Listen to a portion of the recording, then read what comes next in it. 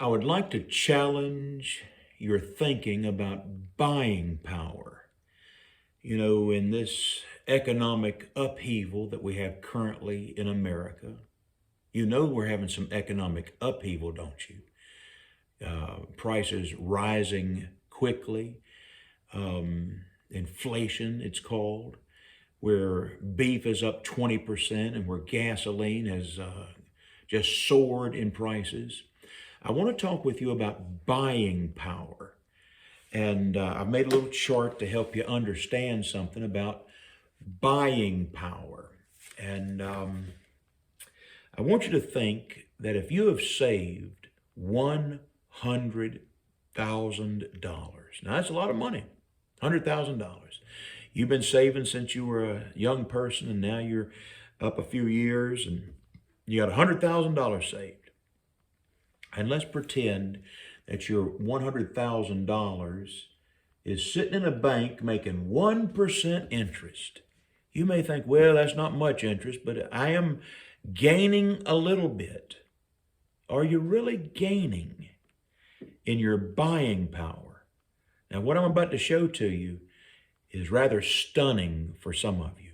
It's going to be rather stunning to you about your potential loss of buying power.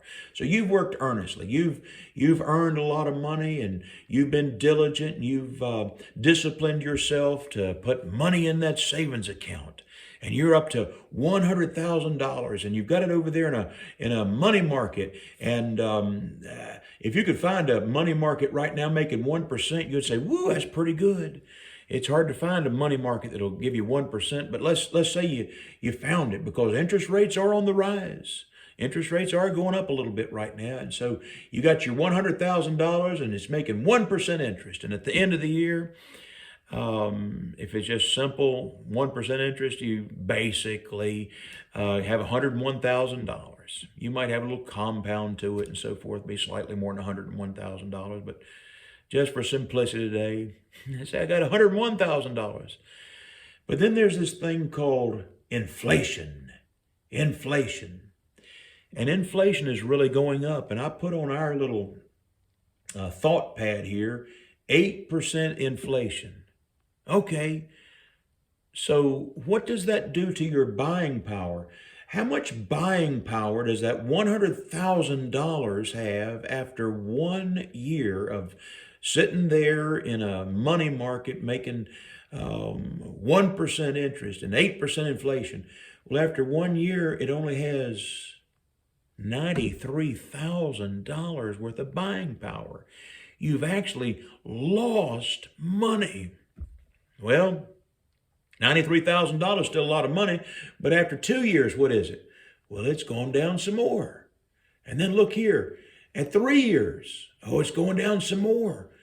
After 4 years, oh no, 5 years, you're less than $70,000 of buying power.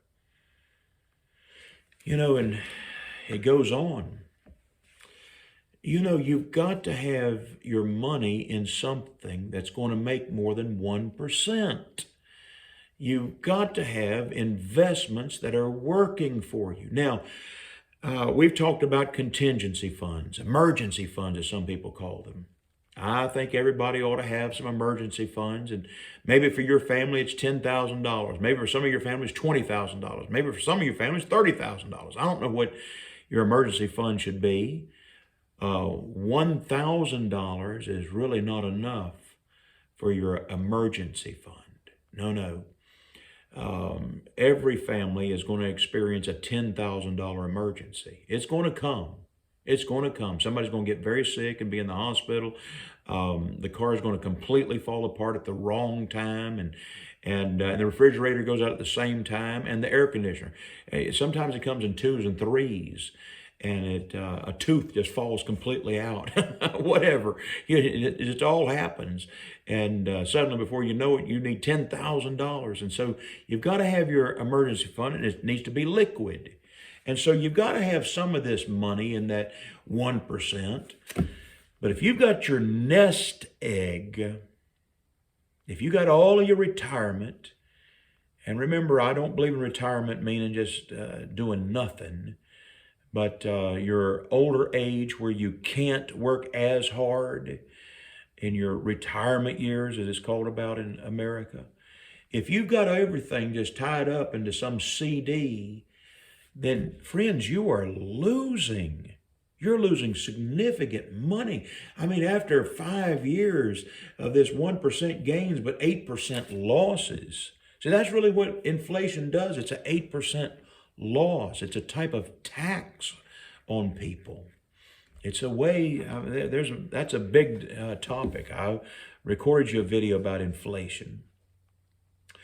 But friends, we're monetizing the debt and we're printing a lot of money, and this inflation is destroying some people's little nest egg.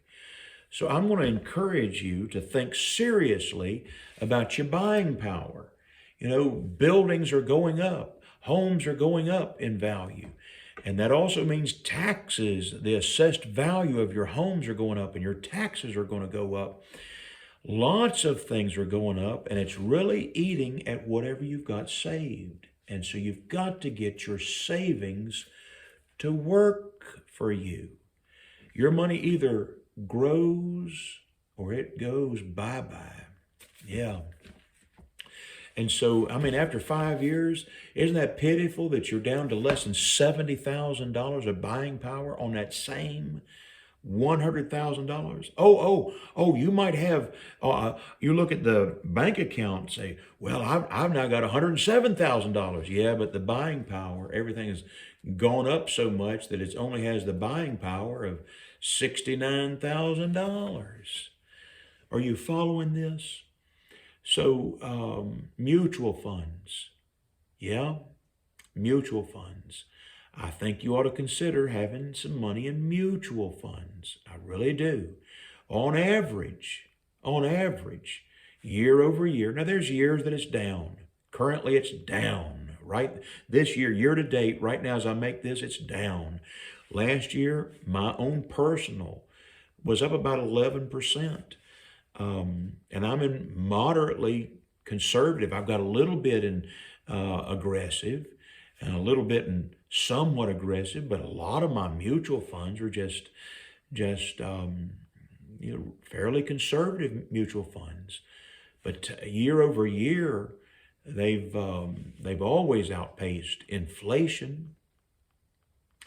And the few little individual stocks that I have a little bit of money, a very small amount of money in, it's growing faster than inflation, absolutely. The ones that the Lord has allowed me to invest in, which are stocks that a Christian should invest in, they're certainly keeping me where my buying power is staying above inflation rates. So I want you to think this through. You've got to have your nest egg in something that is above inflation. And so please do not have your major nest egg and your major retirements.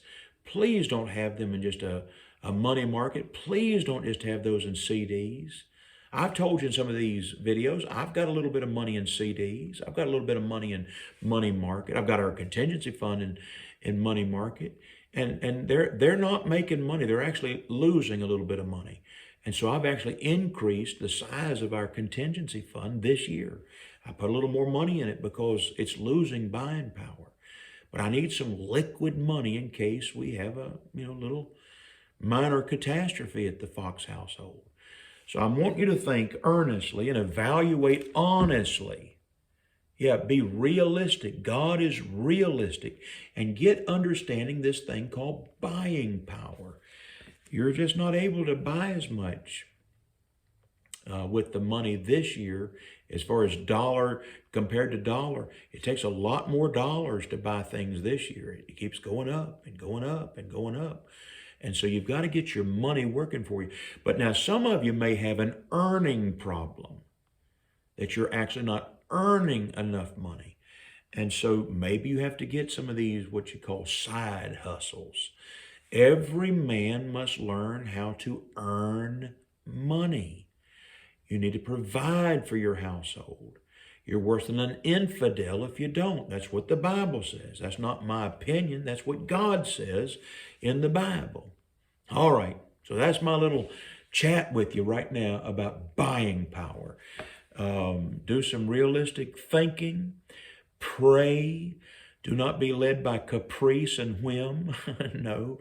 Make good, logical choices for how you need to manage your money for God. May God bless.